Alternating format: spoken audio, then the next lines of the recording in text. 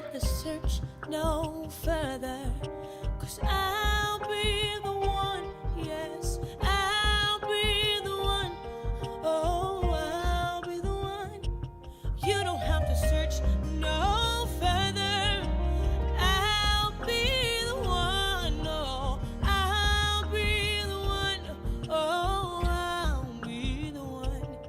You can find me in your temple, God, I'm always available. I'll be the one. You can find me, Lord, in your temple, always available. Oh, I'll be the one. And this song is for those that know without a doubt in their mind God has rescued you from something. Don't tell your business, but look at somebody and tell them, I made it out all right. I made it out all right. I made it out all right. I did. I made it out. I made it out all right. Thank you. It didn't leave me no forsaken. Thank you. You didn't let my enemies take me. I'm still. I made it out. Yo, Jordan. Ow! Help me. I made it all right. Made it out all right. Came out of my tragedy, and I win. I made it out all right, y'all. Thank you. Thank you. You didn't leave me or forsake me. Thank you. You didn't let my enemies take me. Put their hands on me. I'm still.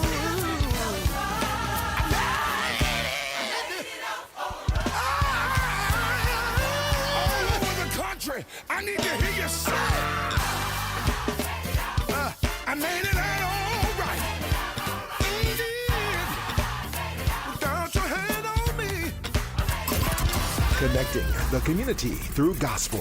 The new 107.9 FM, W300EB, Macon, and WDDO 980 AM, Perry, Macon. The views expressed on this program are not necessarily the views of the Glory 980 AM, the Glory Media Group, LLC, WDDO AM, its staff, management, or advertisers, but are the views and opinions of the participants of the broadcast. Mother Georgia, she's back on live, the historic 980 WDDO. All of a sudden, let's go live into the studio with our host, Brenda Sutton. Well, hello, hello, hello. Hello. Janet, they can see you with that. We're frozen again. I give up. I swear. Janet don't know how to do. I don't know what's going on. What's going on, Janet? I don't know. Yours is fine. Mine's is delayed and it's delayed. So look, tune into 107. There he is. He's coming in. How y'all doing? I missed y'all last week. Did you? I did. Well, what were you doing last week? Last week, for the listeners out there, I know I talk a lot of trash and everything. I got some news too, which I'm going to announce though. Okay. But I'm one of the advisors for Leadership Macon. Mm-hmm. And you know that, Emily, because you were selected. I was, but I was selected the year I was scheduled to start the year that the pandemic started. So I actually never did it. I never was able to go through the class. I want you to go through the class. Yeah. Even though, your business and stuff is in Warner Robins, I believe that you're going to be moving back to Macon. I just got it right here. She's tuning into what class? I was doing something. I was chosen for Leadership Macon. But my class was scheduled to start when the pandemic hit. So I was never actually able to do it, but I was chosen and went through the interview process and everything. And it's rigorous too. It's a rigorous process. So what I do with leadership, Macon, is I've been a part of it since 2012. I usually don't talk about stuff like that. I do, Johnny, because I'm such a nut. But I'm a graduate of Leadership Macon, Leadership Ware, Leadership Blackshear, and Southeast Georgia Leadership. So I've done a lot of different types of leadership, and I love Macon. So what I'm going to be doing, what I did down there is they went to Rock Eagle and they went through that exercise, those team building exercises, Johnny, where you be all up on people, stacking all up. It really is actually fun. My only issue, they don't have a zip line. So what you're saying, they ask you to close your eyes and fall backwards, yes. and somebody's going to catch you? No, it really is like that, honestly. You don't want me to be the one. Well, Johnny, you have trust issues. No, I don't have trust issues. I saw this clip online where this guy and this couple decided to do that exercise, and he's ready, and and she's ready, and she was like, "Okay, babe, here I go." And they're standing in front of the lake. Her hair is blowing, and everything is beautiful, right? So he's braced, and you can see him bracing and ready. And she and it's a group effort. So somebody's recording, and she goes forward and falls into the lake. And so wig falls off and everything. She jumps up. Matt, he was like, "Why did you go forward?" She said, "You were supposed to catch me." He said, "You're supposed to fall backwards, not forward." Oh, I saw that one. Yeah.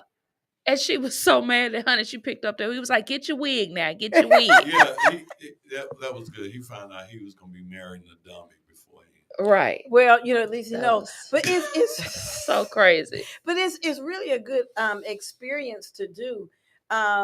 Part of their the leadership part is a poverty simulation, which I tell you a lot. Hold up, is a what? It's a poverty simulation. Can you explain to us what that means? Absolutely. There are a lot of people who don't understand what it's like not to have money. It's a lot of us, we be talking about it like it's Disney, but at the end of the day, Johnny, really, when you have to make a choice between, say, fixing your car and paying your rent, or deciding whether or not you're going to pay for childcare this week, there's a lot of people in Macon who are like that. Now, by the grace of God, I've been there though. I don't know about you, Emily, but I've been there. Yeah, most single mothers have 100% been there before. And Johnny, I'm serious. When you have to, it's like, okay, well, I got to get them something to eat. I got to do some food tonight. Well, I can't do fast food because I don't have enough money to do fast food. So what kind of meal can I prepare for $5?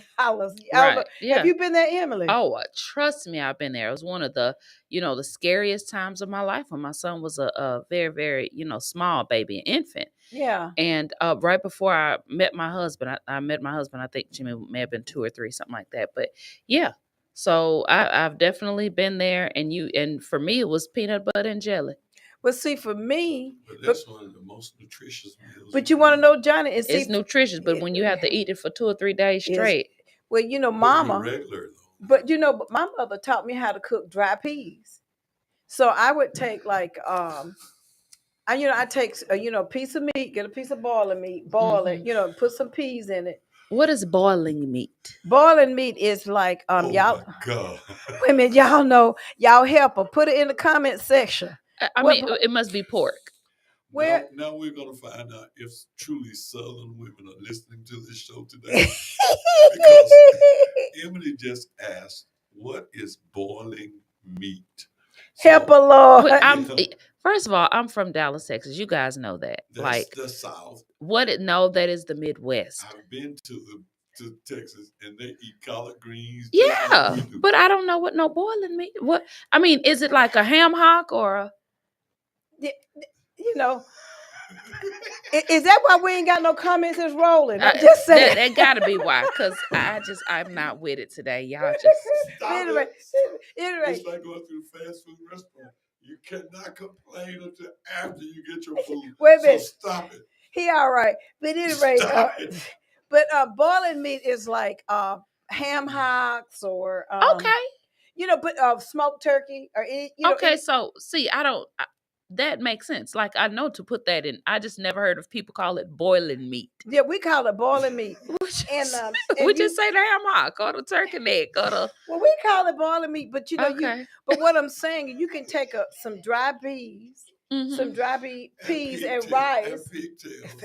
But you don't put those in peas, though. You put them in greens.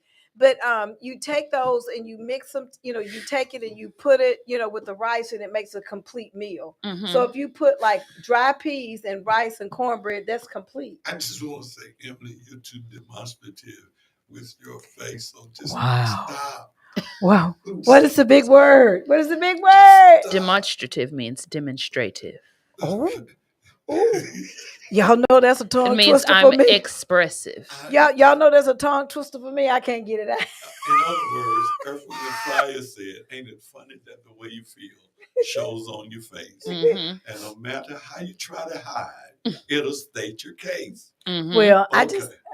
So anyway, but what I'm saying is that that's part of the process Mm-hmm. is just understanding. I was at and for everybody out there, I support Lester Miller. I ain't telling nobody else to do it. I'm just saying that's who I support. Okay. Mm-hmm. And so he talked about, and I was amazed. We had 30 homeless children that went through Brookdale Warming Center. That's all. Mm. Well, that's all we know. But June, what is her name? June O'Neill has working with some more families and stuff like that. Let's dig deeper. Okay. What is the definition of homeless? Okay, you want is it that you're living on the street, or is it because you don't own the key to an apartment? Oh, or that's a house? interesting. Well, you know what? There's several definitions. I'm gonna give you the federal definition. When you do not physically have your own address. So there's a whole lot more homeless folks. Right. So say for instance, if I moved into Emily's house, You homeless. I'm homeless. Technically by federal law, I'm homeless because she it's doesn't. not, It's not in her name. It's not in my name. Yeah, because anytime you put too much boiling meat in the greens, and if Emily don't like it, she can kick you out.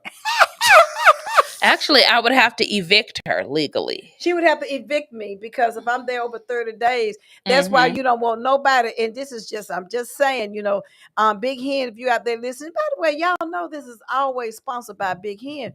Yes. But if you out there listening or whatever, don't let people use your address. Yeah, Henry gave me that kind of advice about 30 days recently about an individual. I was like, no, bro. But anyway, yes, thank you, Henry. Thank you. But homelessness is huge here. It's a lot of it. So if your children come home, like your kids come home to like stay or whatever, with you, they're considered homeless by law. But we have a huge population here, and it's a lot of people who live in their cars too. Yeah. So my hope and prayer is that, and I'm going to be going to the Brookdale Center. I've not gone to the Brookdale Center ever. The Warming Center? The Warming Center. And I hope they have showers there for people that can at least go and take showers and stuff like that. I was told they did, but that's probably true. Probably like washers and dryers and stuff like that. But, it was good to hear that we had a place, for people to go.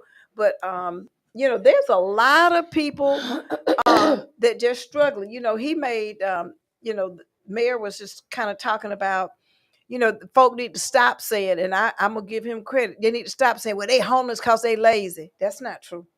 Yeah, it's a lot of different reasons why people are homeless. It is. And it's some people who working, who doing the best they can. You follow what I'm saying? But they don't make enough to, to get a house, that upfront deposit and pay all those things. So they just don't make enough. And then by the time they save up to get that, then something else happens and it takes all their money. So that's why a lot of mothers are out there. They're struggling simply. And if you don't have a stove to cook food on, how they going to eat?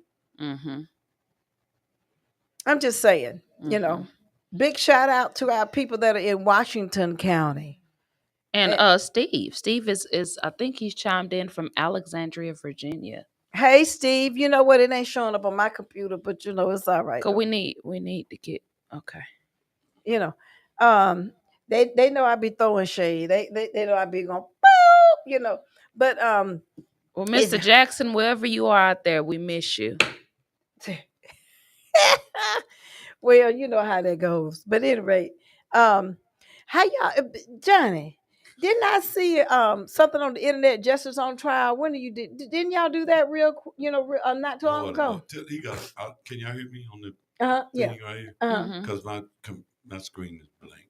No Oh worries. yeah, mine is frozen. Let's just move on. Okay. We can just you chit can chat. hear me in Yes, the I can hear you in my earphones. ear. Mhm. Well, actually, we are going to restart our tour.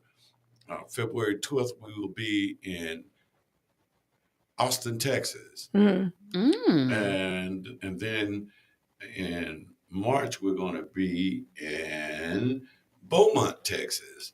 And then we go from there to Jackson, Mississippi, and then from there to Tulsa, Oklahoma, and then from there to Las Vegas, and then from there to Los Angeles, California, and then we go to Chicago.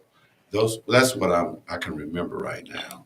He famous. We got a famous man on our show. Can I have your autograph? He famous. Can I wear your hat?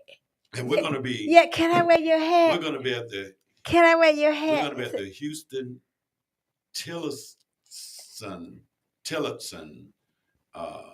School and on Clinton Street in Austin, Texas, and that's a historically black college in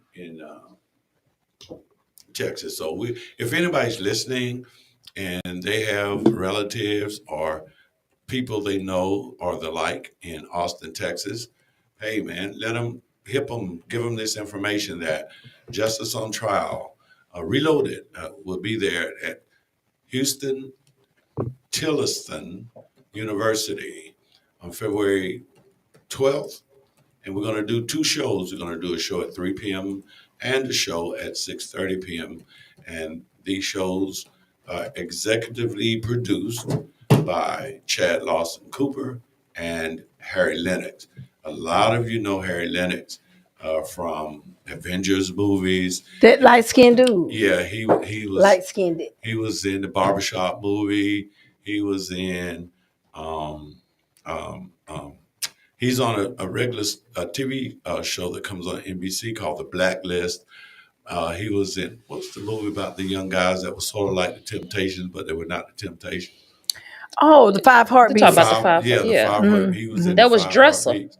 He was in the movie Ray. Yeah. He was the announcer that Ray Charles took on when his career blossomed. So a lot of you will recognize, but that's one of the people that signed my check or pay me. So he's a really nice guy. Loan me 20. He's a really nice guy. Loan me 20. I didn't say they pay on time. I just said he's a really nice guy. Northwestern grad, Justice Charleston Heston. But he's a really cool guy, very talented guy. And I am enjoying the experience and the learning process that I'm availed to. Oh, well, cool. Let me give y'all the news. Okay. Are you ready for this? Ready for the news. Are y'all ready for the news? Give me a drum roll. Ladies and gentlemen, this just in. Brenda Sutton-Williams is the president of Georgia Women and Those Who Stand With Us. I stand with the women. What? You go, Brenda.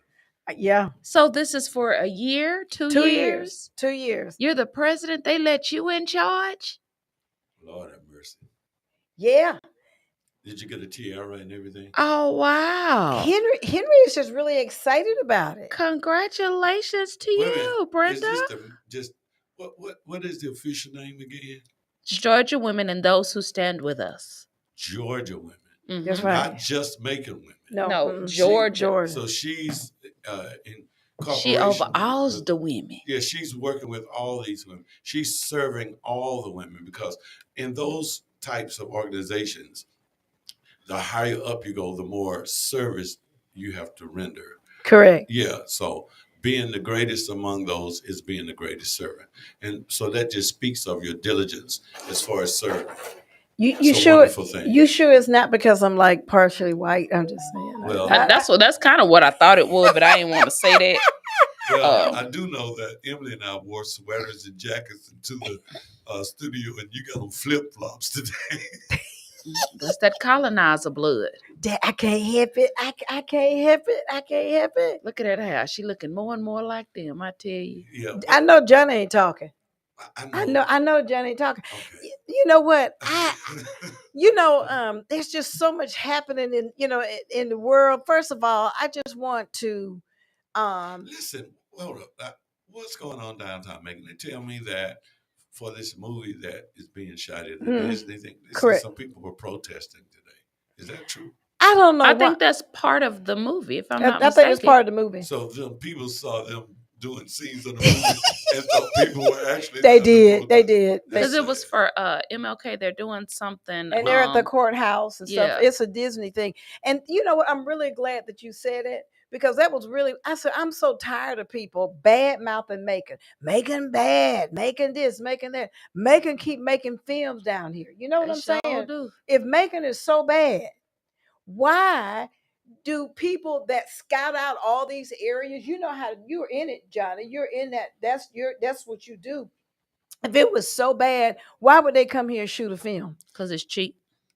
Well, cheap and That and because they don't have to build replicas of the buildings that they want represented in the movie, and because they can get away with paying low wages. It's several reasons why. But my point to you is this thing about Macon being so bad. Yeah, but it doesn't chase. It's not chasing away people from doing business here in Macon. Well, because when they go there, they got the right kind of security and that kind of thing. But when you roll through Bird City, you ain't got that kind of security. So all of those factors have to go into it. Because I rode through one of the sections of town the other day, and I saw about 14, 12 little 13 to maybe 17-year-old guys with AKs just standing around in the neighborhood. You know what? So then these guys are not going to go stand where they're shooting a movie because law enforcement will be present in full effect. So there are certain sections of town or certain places in town where you can have the appearance that Macon is not a bad place. But then there are other sections of town that you would dare not go into after dark or during the day, actually. Well, you know what? I believe it was Farrakhan that talked about this, and I said, this is that's kind of what I want to just kind of touch on today. Was just because I keep getting information that this one is how many murders, and I share it with you guys how many murders and stuff. And they keep Leon Jones busy, man. Yeah, Leon Jones, and Richard Robertson is one of his deputy coroners. Oh no, I didn't know that. Yeah, that's some more news for you. There's some more news that Richard Robinson is doing that. He's become involved. He's a deputy coroner along with working underneath Leon Jones. But this is one thing I wanted to talk about too. I said, that's like a conflict of interest, isn't it? No, no, ain't no conflict. See, that's why I said what I said. You understand what I'm saying? See, that's why I said what I said to get it right on out there. See, I just had a conversation with somebody about whether it was better to be right about something or politically correct. And this guy told me it's better to be both. It is. Let me go back. Let me just say that I think what's going on, what I think that has to happen, and I do believe it's beginning to happen, is that it is just not the sheriff department. It is also defects too. That needs to be involved in some of this foolishness that's going on. Because why would a 13-year-old be on the corner with an AK for whatever that thing is? No, about 12 or 13 of them, not just one guy. And how old were they? They were little people. They all looked like they were from about 13 to 17. 13, 17. But it was 13 or 14. And so where are their mamas? Let me listen. I have this to touch on what you guys are saying. I have a friend, a really good friend who's in a very bad situation right now, and he has a troubled teen that's just completely out of control. Now, she's not with her mother. She's with him, and he's the uncle. He has taken that little girl to the police station and said, I can't do anything with her. She keeps sneaking out of my house. She's intelligent, so she's disabled the security and the alarm system multiple times, so I can't watch her. I have to go to work from 7 a.m. to 7 p.m. He's defects everything. They keep sending the girl, just telling him, well, there's nothing we can do. There's nothing we can do. So when you have a State Department that is not backing the parents or the guardians when they're begging for help. Like, I need somebody to help. I don't know if we need to put her in a home. Does she need to have a psych evaluation? Does she need to be put in a mental institution?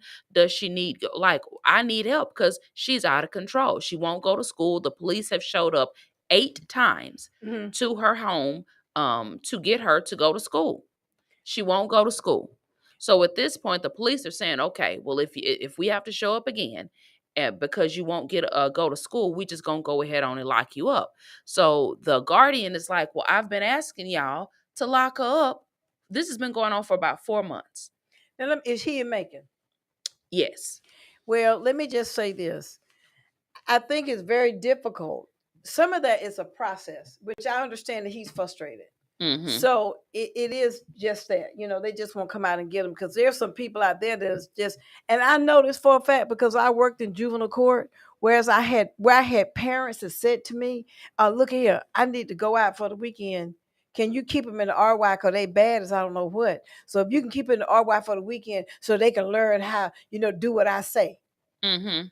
And let me just say this, these kids want their parents. So I'm going to ask you the $1 million question. Where's her mom and daddy? The father is deceased. The mama don't want her. The mother is a alcoholic, a really, really bad alcoholic. Okay. So the mother does not want her. Unless she becomes famous, then she'll be.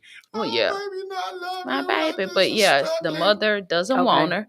And that's what's The wrong mother with her. gave up the custody and Mhm. gave legal custody to the uncle. Mm. Well, the uncle is just fed up. The uncle had all 3 of the kids. So Aw. the son just aged out. He's 19. And So how of was he course doing? he put him out because he was out of control too. Mhm. And he went back to the mom's house. So of course he's at the mom's house. So he can Drinking do and whatever doing right. whatever He could he do wanna whatever do. he Mhm, wants. mhm, But mhm. that 13-year-old, the mama don't want the 13-year-old, period. Because she knows if the 13-year-old is in her custody, she'll end up going to jail if the 13-year-old is not doing what she's supposed to do. Mhm.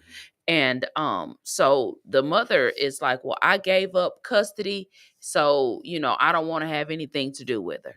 So now you have the 13-year-old that realizes the uncle don't want me, my mama don't want me, don't nobody want to be bothered with me. So I feel like there's definitely some trauma, some some It mental is some health trauma. issues there. Has he reached out to Andrea Cook? Andrea, if you're listening, I know it's okay to share your number with her. I'm going to give you Andrea's number and see if she can. I think I got it, but give it to me anyway. Okay. I mean later. All right. I'll make sure you have it so that he can at least get some mental help for her, maybe some sort of assessment, some type of psychosocial, to see what type of to see what type of intervention. But see, now you're right on it.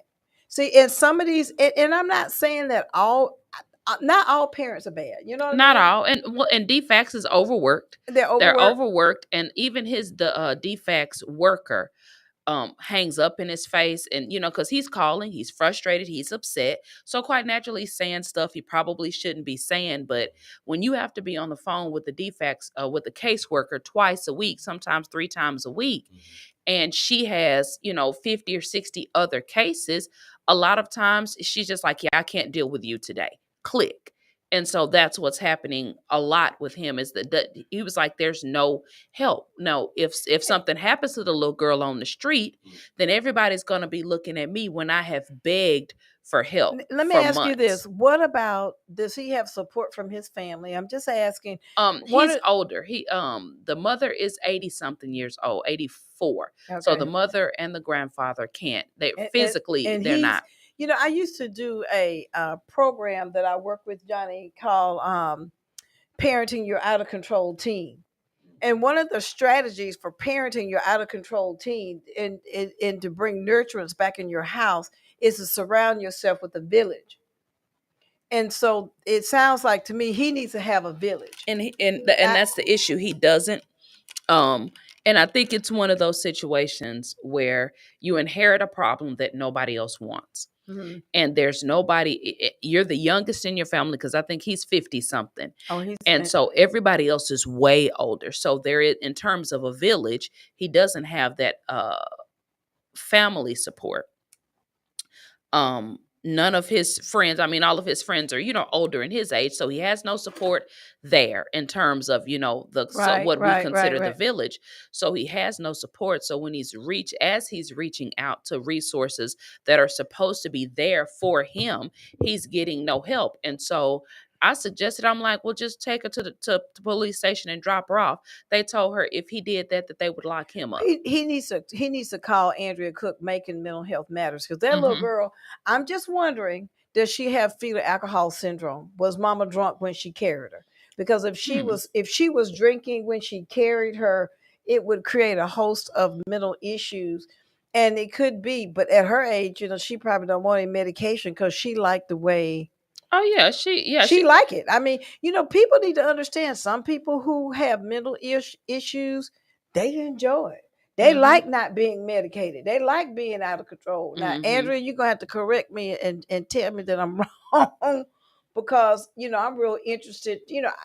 It's been my experience. Some of my cousin was on mental health medication. You know what she told me, Johnny? She said, I don't like to take it, cause when I take it, I can't feel nothing. I thought, well, I mean, Mhm. putting on and so No, she a lot of them don't like it because they say that they be so zoned out they don't like it. that they was like, I know what's going on. I can hear, I can talk, but I don't have no feelings.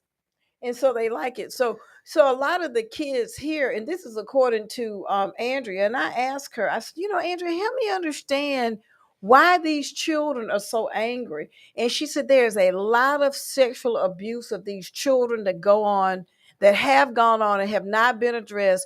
So Mhm. I said I would really be interested to know the numbers of these, Mhm. the numbers of children who have been sexually abused, who are now, killing. And this girl she has been sexually abused by the mother's boyfriend that obviously is still around. So another reason why she doesn't want to go back home, obviously, is because the mother's boyfriend is still there. Mhm. So Wait a minute, Mama's boyfriend is still there. yeah, the guy that the mom is messing with is still there. Wow. And so, yeah. So, my I guess my question is, if there's anybody out there listening, if you are knowledgeable about this, please chime in And give and us a call. and give us and let us know, what options does this guy has. He's actually meeting with his attorney today. So he was supposed to meet with his attorney today to figure out Get this what phone. needs to be going on. And guys, the call-in number is 478-250-1444. Again, that call-in number is 478-250-1444. And give us a call and let us know if you have any information.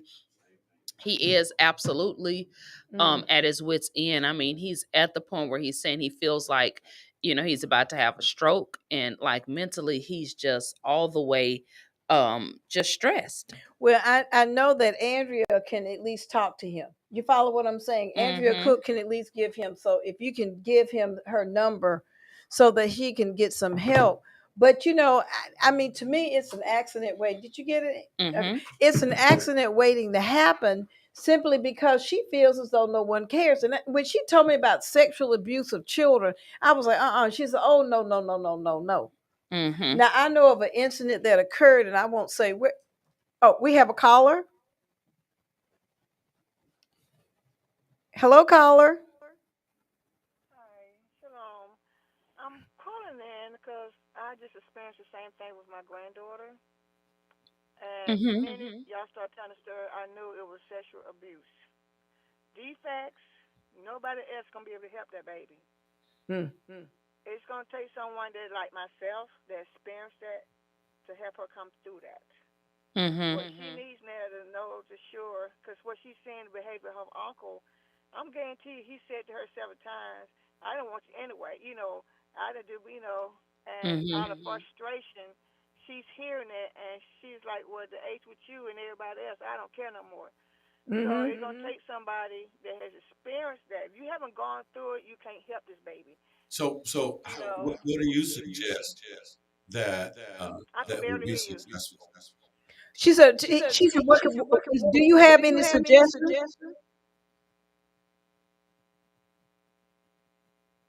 it again. I didn't hear you. Do you have any suggestions? It's gonna take a village of. It's gonna take a village of the same people that like myself. I will give you my information. I don't have a problem talking to him or her, and I can guarantee you I can help that baby. Okay, we would love to you if you can give our our assistant his information, your information, and he'll give it to us. Write down that information for us so that we can have it from the caller. Okay. But he's not. He don't need to give her to the government or any agency. We got to take care of our own people. That's the So, ma'am, we got to start running to the enemy. you're right. We can't help our own. Ma'am, can you hear me? Say it again. Okay. What I wanted to ask you was, didn't I hear you say I can barely hear you. No worries. Let's ask her, did we hear her say she had gone through that experience? Right. Yeah, you did say that you had gone through that experience before. Is that correct? Say it again. You did say that you had gone through that experience before. Is that correct? Yes, and I recently just got out of it. Now, my granddaughter kind of find out she's an artist. She can look at a picture and draw it just as she see it. Wow. She's a singer, but all this was blocked because of the trauma she experienced for being molested. And I didn't know I kind of suspected she had been molested. And when I finally figured out what it was, and I started reaching out to her, treating her and talking to her a different way, because I was like, you just bad, just talking. What's wrong with you? But when I figured out, I went and did another approach to her, showing her love. Hey, I know I went through it, talking with her, and not badgering her and fussing at her and hugging and kissing on her every day. You beautiful, it's not your fault. And making her, I said, scream. We've got to scream and whatever. Do that. It's okay to holler and scream and cry and kick the wall. I would take her out to the woods. I said, you want to kick the tree? Kick it hard. Hit it. Scream. Let it out. And instead of badgering them, and they close tight. It's gonna continue. Yeah. Because now they nobody care about it. Yes, ma'am. Well, they're going to get your information. Our attendant is going to get your information because I would definitely pass it on because he is definitely at his wit's end and he just does not want to deal anymore. Well, thank you so much for calling. You're welcome. No problem. Okay, now, bye-bye. Bye-bye. Now, see, that was a very powerful piece. What she said was just, it would be like a peer counseling sort of thing, in that she wanted to share with him not to give up on her. The main thing I got out of that was the message that experience has more validity than going to school and studying about it. Not necessarily. No, that's not true. I'm just telling you what I got, not well, you. Now, that's what she's saying that works for her. But actually, people like Andrea Cook is a good one. Andrea Cook and I went on, and Emily, we went on a limb, and I won't say who it is, but there's a lot of people, prominent people in Macon who are abusing these kids. And that's not where we're going with it. But and people are quiet because they have big names or they have big positions and they don't want to hurt them. I don't want to hurt this black man. I'm like, So they had the proper people in place to protect them. Proper conditions to be that's protected. right. And sometimes it's the preacher that protect them, and with the preacher should be siding with the victim. But sometimes it's the preacher. Sometimes it's other prominent people in the community. I know of an instance, and I won't say, but it was a young black man that was with a baby. They beat him up so bad they broke his neck. He in the medical center right now. Okay. People are doing things to children, to young people, like you were saying, with this young man, not really caring about how it's going to shake. And these women, and y'all know what I'm talking about, they love these men so much. And I have seen it, Emily, more times than I care to even comment on. They would choose a man over their children. There's no way that I would choose a man over my child. No way. No way. He got to go. Mm. Or she got to go. Whoever it is, they got to go. If they've Mm-hmm. done something. And so this child right here has been bruised and damaged. And she thinks, and she's acting out, which is bad. And she's Mm-hmm. actually pushing people away who should be helping her Yeah. and who want to help her. Because he's definitely at the point where he was like, I don't want you. I just want you out of my house. I can't stand you. And and I told him, you Boy. better be really careful because you're borderline abusing. He's not putting his hands on her. He's making sure she eats, but he's only providing bread and peanut butter. Well, he's emotionally abusive. So, if he's it's trying to wake up. I'm not sleep. He's listening. I got a blank screen. Okay. Well, then, you know what? I was just looking at you, but yeah, I'm sorry. I was listening. But you know what? You're absolutely correct about that, So, Emily. yeah, it's a tough situation. My heart goes out to him because he's desperate at this point, and obviously, um, if he didn't care at least a little bit about the girl, he would have changed his locks on the door and just been like, "Well, you just go figure it out." He is unequipped. Absolutely. And he's dealing with PTSD because he was in the military. Oh wow! So he has severe PTSD. And they know this. DFACS knows this. The police, they know this. I've seen videos where the police have come to the house, and he was like, I don't know. Y'all need to take her. But it's cheaper for the system to leave the girl at his house than it is to put her in the system. Well, let me ask you something. And the other illegal stuff is all of the aid that he's supposed to be getting, the food stamps, the et cetera, et cetera. The mother is getting it. What? So it's a huge mess. Like he's meeting with his lawyer, and then I tell you what, I'm on the board of DFACS. Tell him to meet with me. And even so, you lock her up. That still doesn't deal with the issue of the daughter. I want him to get his money. I can redirect the money. Mm-hmm. And I don't usually, I hate to say it like that, but somebody needs to know. Let me just say about the DFACS. And I don't know about you, Emily or Johnny, but I'm gonna speak for all three of us. We don't want to be foster parents. No. Mm-hmm. And the problem is they've got these children living in hotels and sleeping on floors and things like that because nobody want to be a foster parent. Mm-hmm. And it didn't used to be like that. So, and you didn't, I mean, and I won't say my mother was a foster parent, but my nerves are bad. The children are coming here with all these issues, and bless their heart, mm-hmm. glory to God. And I wish, that I had, I'm raising one. Mm-hmm. And Johnny, I know Johnny, we won't even talk about peanut butter and jelly. They probably wouldn't even get a serve sandwich over at Johnny's house and a bowl of cereal. Now he probably bring us something from Anderson's. Oh no, from Waffle House, girl, Waffle House. Oh yeah, them too. But they gonna eat though, right, Johnny? I can cook actually, probably better than the both of you. I doubt that. Oh, Johnny, I don't believe that. I can really cook. I believe you can cook. You can't cook better than me, though. If you just go check it out, the greatest cooks in the world are men. Well, you know what? All I'm saying is that greedy people like that's me. True. That's true. But you know what? I'm just saying that there isn't, just like this young lady, where is she gonna go? Right. Exactly. Where is she gonna go? She already has a DFACS caseworker. They already know she's already in the system.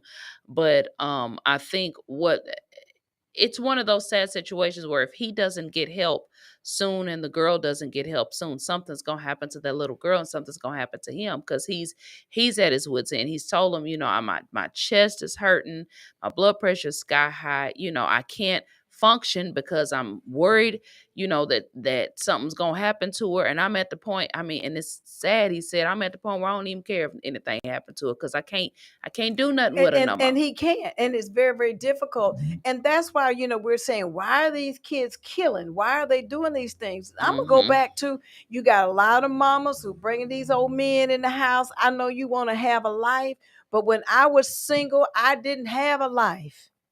Right. My life was the children. How you gonna be bringing people over your children? Mm-hmm. I would go on dates and stuff, but now you can't. Why you gonna stay in my? You can't stay in my house. Mm-hmm. especially with a girl, because see, they look at my daughter cross-eyed. I was going to go to jail. So the best thing I could do was not even put myself in that position.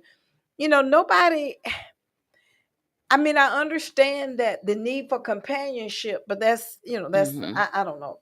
But that was one of the things that I asked Andrea about was, about all the killing is about that. And then she also talked about, trauma that these children have, like PTSD. They have trauma, when they're like little.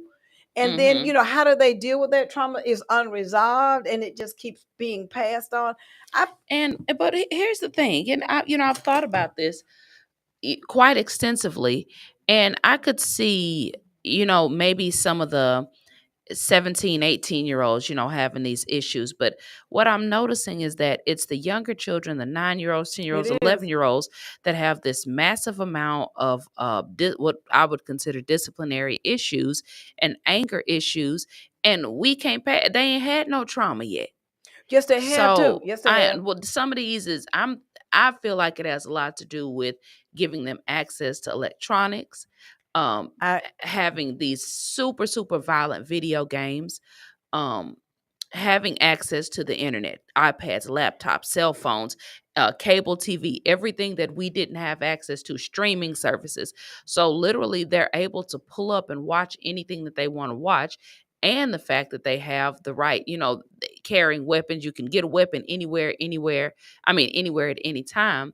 So, my question is, yeah, some of the young ones are experiencing trauma, but it's out of control for the children that are, from what I've witnessed. I'm going to say the 13 to 12 years and under are the ones that are seemingly the most out of control. Well, let me ask you this with the trauma. Okay, just asking the question. Don't you think, because I'm the queen of conspiracy theorists too, that electronics, wouldn't that be some sort of trauma? Wouldn't that, you know what I'm saying? I mean, is it, doesn't that affect their psyche, the way they're looking at those video games and things? Absolutely. And I think too that the trauma that they experience is that the video games and stuff is their mama. It's a separation kind of trauma. Yeah, they can't mentally, they can't relate because they've been forced to relate to the video game because that's all they're being exposed to, or the whatever type of electronic they have into them, because that becomes the babysitter.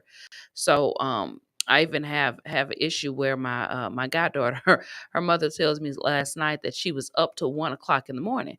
Now, mind you, my goddaughter's 6, and I said, well, why was she up at 1 o'clock in the morning? Well, I don't know. She said she wasn't sleepy. Well, how is a 6-year-old not sleepy at 1 a.m.? Make that make sense. Well, you know what? See, now that's where I am with it. Before I left, y'all know, out of the listening audience, I'm raising my grandbaby, and she had a very hard time, and so I let her stay home this morning. It really is legitimate. I won't talk about it, but it was legitimate. And so she was on that iPad, which I already monitor everything she do. But it was she listened to some little girl, 12-year-old girl, be doing commentary. And I said, "What you doing?" I said, "Didn't I tell you not to be on there?" She looked at me, got water in her eyes. I was like, "I'm still getting that switch because I asked you not to do it." And see, a lot of the things that people laugh, they still laugh at these children too much. It's not funny. It ain't cute. It ain't right. funny, and it's not cute. And see, when they get to be 12 and 13, just like you say, 12 and 13, and they're doing these things, then you want to knock them out and you're going to end up in jail. Right.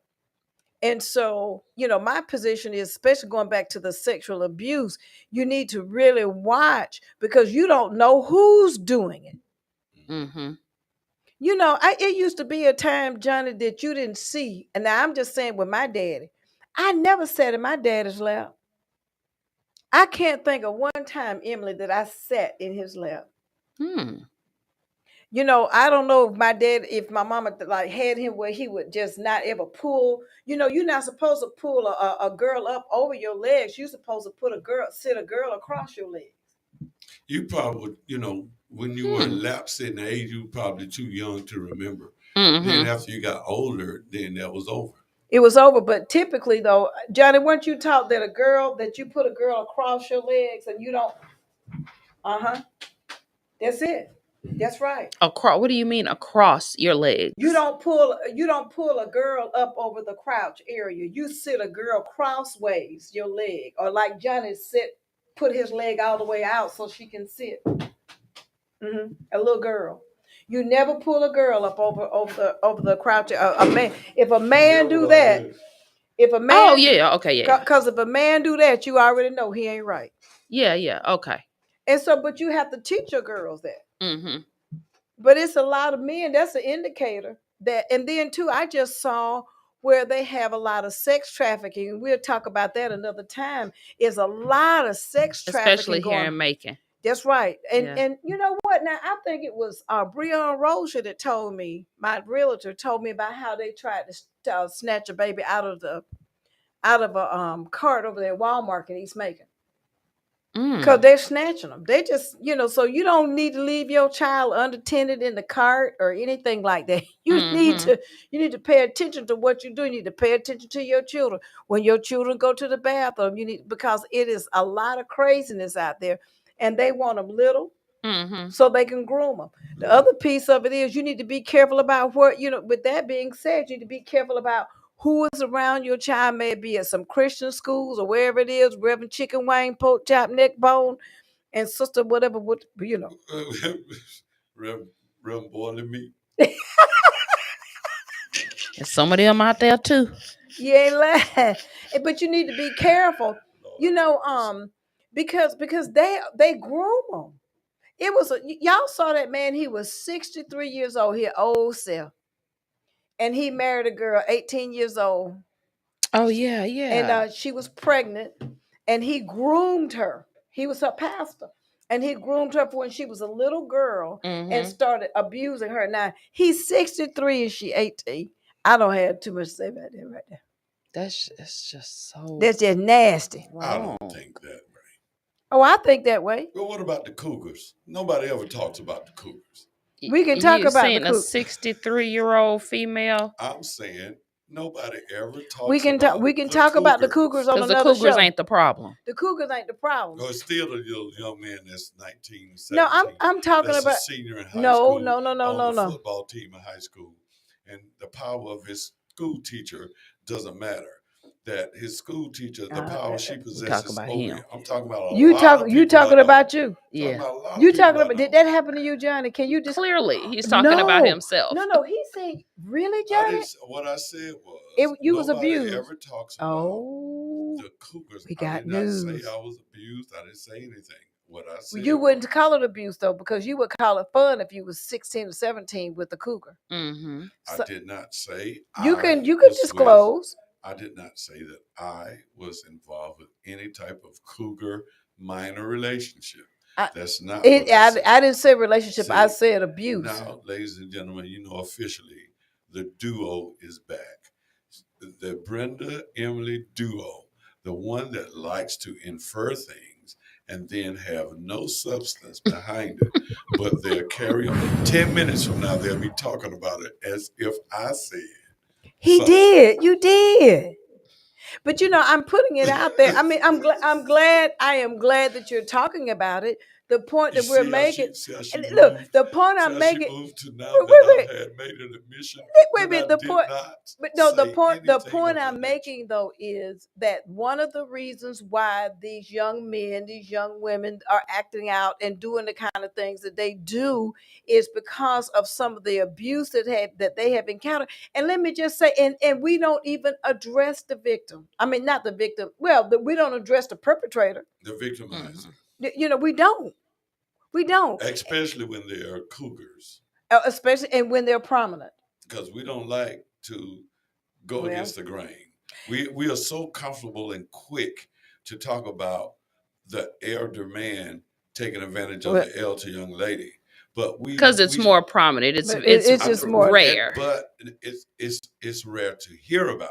But that doesn't mean that it's rare of happening. And a lot of that psychology comes from that men, boys, males are ashamed to admit that they were not in charge of a situation. So many of them never speak on it. They just go through life and deal with it in their own way, which sometimes comes out into their acting out and their abusive behavior toward people and women and the such. But there are a lot of guys who've had a lot of things happen to them in their youth that He's because right of about that. conditioning of the way of what's the normality of the world, most of them take it to the grave. They'll never speak of it. There are a lot of guys, I think, from my experience in working with children, just like there are a whole lot of young ladies who come out and talk about that uncle that did this and did that. It's a whole lot of boys who had uncles that did this and did that, and aunts that did that, and neighborhood aunties and neighborhood uncles that You did right. this, but they never speak of it, and they probably never will because they've been conditioned in our society that a man shakes that off or he deals with it, or you don't talk about it, you just deal with it and keep moving. But if we dig well enough, there are a whole lot of skeletons It is a lot of skeletons, that and nobody ever speaks of. I agree with you. I do want to put this out, and I don't know what the deal is, but let's keep Ricky Smiley in prayer. You know, he lost his son yesterday. Yesterday morning. Yeah. And I'm not sure, how he passed or anything like that. I have not heard. I know that the son had some troubles. I don't know whether or not he was on drugs or something like that. I'm not sure. I know that one was 30. He was either 29 He was or 30. 32. And then I know that Ricky and him had some sort of intervention. So just really lift the Smiley family up. And everybody else out there who is going through grief and everything. I want to make sure, because I forget, I'm ADHD and I'm old. But that we lift up the families and keep people in prayer who are going through different things. These kids are having it. And I don't know if it's because, I'm sure that they had it when I was in school. I don't know. It just seems like it's more pronounced now than back in the 70s. Well, you talk about the ADHD and ADD? The ADHD, we didn't have it because they had switches. Yeah. I mean, it's... Yeah, that's a great deterrent for bad behavior. Those Those platted up switches and the belts. And I tell people that these young kids think I'm kidding when I tell them that the reason why a lot of the guys, when I grew up, where it was the norm to be athletic, didn't come from us. It came from us always being on guard for our mothers to throw anything that was near them at you. I don't care if you look like you were about to say something you didn't have any business. I done got hit with a remote, a shoe. You better know how to move, brother. To this day, my brother Bruce and I are convinced that my mother could make shoes go around the curve like a boomerang, and and it would be things like, and I remember, like, don't suck your teeth. Yeah. Oh, no, like that. Ain't lying, man. And then they say, well, you're saying that a whooping is... No, I'm not saying that. I'm just saying that if they said they were gonna whip you, you gotta whip it. If they said whatever they said they was gonna do is what they did. That was some heck of a psychology. Boy. What when they beating you to tell you it hurts me more than it hurts you. Oh yeah. And then I always thought that was crazy. I've never, as many times I spanked him, I never said that. And then they would say things like, well, Brenda, a new age person told me this time. I don't believe you need to spank Denver. I said, oh, okay. I'm glad. I and I appreciate you sharing your belief. Yeah. Cause you don't run my house. I put it like this. I bet you she won't ever go over your house. And no, she can't come over there. Cause see them cheering bad. Right. Kennedy wants to go shopping. Excuse me? Kennedy wants to go shopping. Who is Kennedy? What's her name? Denver. I don't know why I keep trying to call her Kennedy. I don't know. Denver wants to go shopping. Oh, Denver know the code. At Macy's. At Belk's. At Belk's, I'm sorry, it's Belk's. Denver know the code, but the bottom line. But the bottom line is, if we're going to deal with murders and things like that in this city, I listened to something that Farrakhan, I think Louis Farrakhan said it. He said it's bigger than just the police. It's all the systems. It is the church that is responsible, and I agree with him. It is defects that is responsible. I agree with him. It's schools, it's parents, it's all the systems and institutions that should work together to raise the children. You can't put it all just on one. It has to be a holistic approach. It has to be a It holistic cannot approach. just be make Absolutely. more programs for just the children or make more programs for just the parent. It's gotta be everybody. And that's why the chain. that's why this young man is having such an issue. He's reaching out to a system, whereas the system he should be able to reach out is to the mothers of the church. Speaking of church, can I say, I just want to say that my prayers go out to my fellow members and the community of Lizzie Chapel Baptist Church. We lost a giant of our church, Miss Willie Mae Rhymes. I think she was 103. Oh, wow. I funeralized her last Thursday, and she had a great influence on my life. And I just wanted to say that our prayers go out to the family of Miss Willie Mae Rhymes. And also, I want to ask everybody for prayer for my cousin and my good friend Steve Hollis, who is going through right now. So if you are listening, please lift your Steve up in prayer, and his wife. I just take my hat off to her. She's been by his side and sticking with him through this process. So please remember, keep the families of Miss Willie Mae Ryan and keep Steve Hollis and his family lifted up. Keep Steve lifted up. He's battling right now, but he's fighting a good fight. So just please remember that. All right. Thank you, Brenda, and Emily, for letting me say that. Oh, sure. I just think that, I just think that we need to just it's enough, to go around. And, for this man, we should, and this is why I get so mad, Macon's got all these churches. He should be able to reach out to a church and to get some help and assistance with this girl. Yeah, I agree.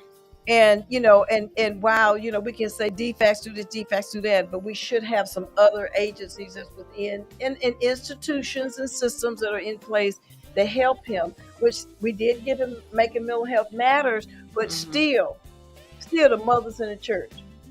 Because that girl needs a lot of love. I mean, she needs a lot of love. And we need more transparency from other organizations that can offer help as well. Because a lot of times we have problems you find out later. There was a group over here that could have helped you, but they're on the low. Everybody doesn't know about. And I think it's just got to be more transparency. Yeah. And I feel so sorry for her, Emily, because you in a bad place when your mama don't want listening to All of a Sudden. Join them every Monday. All right, we love you guys. See y'all next Monday. Bye. Your host, Brenda Sutton. That's every Monday. We'll see you there. The views expressed on this program are not necessarily the views of the Glory 980 AM, the Glory Media Group, LLC, WDDO AM, its staff, management, or advertisers, but are the views and opinions of the participants of the broadcast. Connecting